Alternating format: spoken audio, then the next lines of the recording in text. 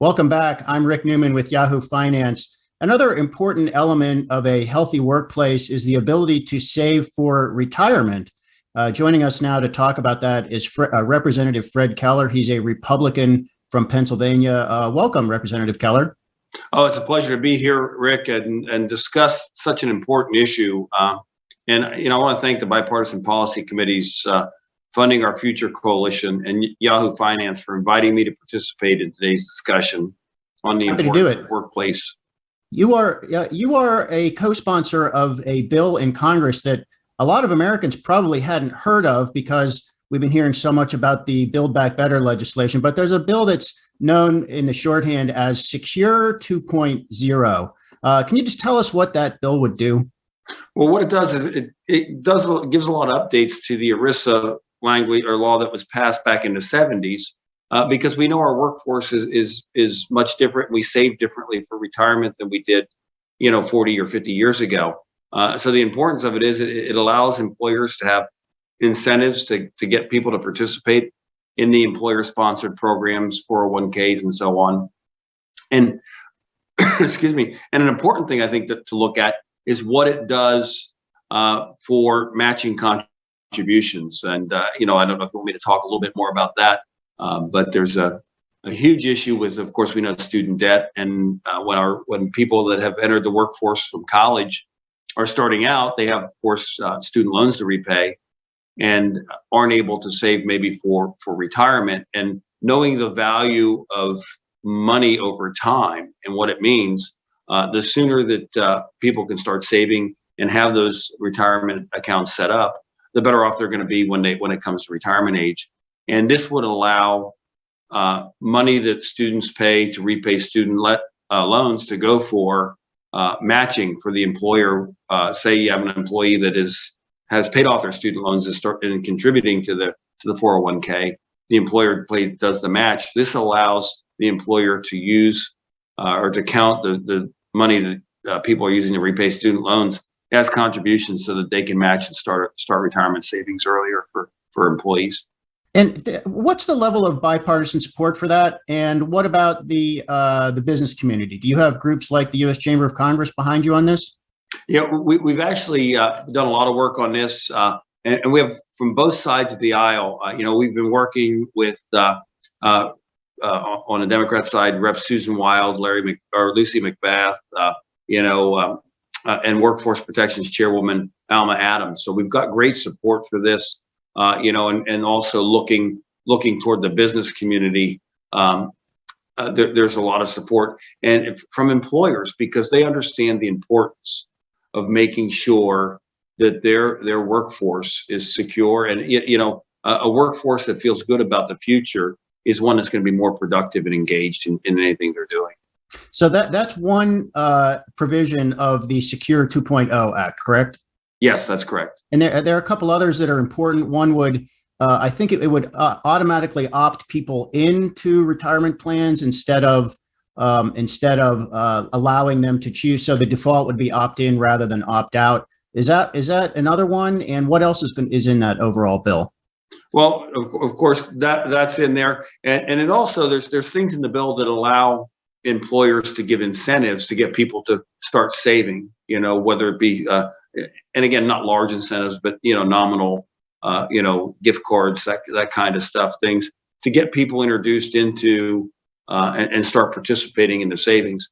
And it deals with a lot of the education of this, because I learned at a very young age that money doesn't come with instructions. And anything we can do to help educate, the people entering the workforce, people are really smart and thoughtful. It's just a matter of giving them the information and getting them introduced to the benefits of what they can realize over their work career.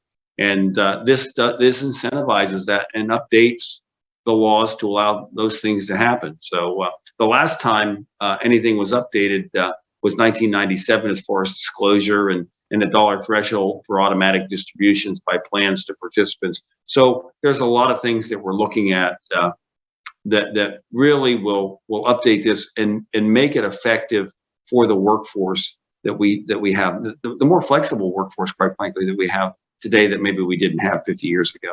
So you said there's bipartisan support for this, and my understanding is earlier this year there was some hope there could be bipartisan legislation that would actually pass and President Biden would sign into law. That has not happened.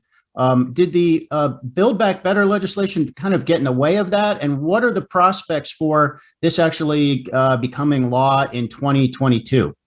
Well, I think there's a lot of things that sort of got moved ahead of doing this, unfortunately, because this is an important issue and should be an important issue to everybody. And it is. It's just there's things that got put ahead. Build Back Better. Some of the American Recovery Plan, got put in there. So we've had a couple of those things. The infrastructure. So those were a couple items that sort of went in ahead of this. I'm pretty optimistic as we get into 2022 that we can put the support behind this and really the more time and more opportunity we have to get this out in front of our constituents and discuss it with our colleagues. I think our chance for success in the upcoming year to get the Secure 2.0 on the books is pretty positive. There are some Democrats, their approach to student loans is student loan forgiveness. This now Democrats are kind of divided on this, whether you should do it at all, and if you should do it, what the threshold should be. They have not been able to get that into legislation this year. That sounds like kind of a competing idea for how to address the student loan burden. Do you see that effort kind of going away and being replaced by the more modest, but perhaps also more pragmatic types of ideas you're talking about here in Secure 2.0?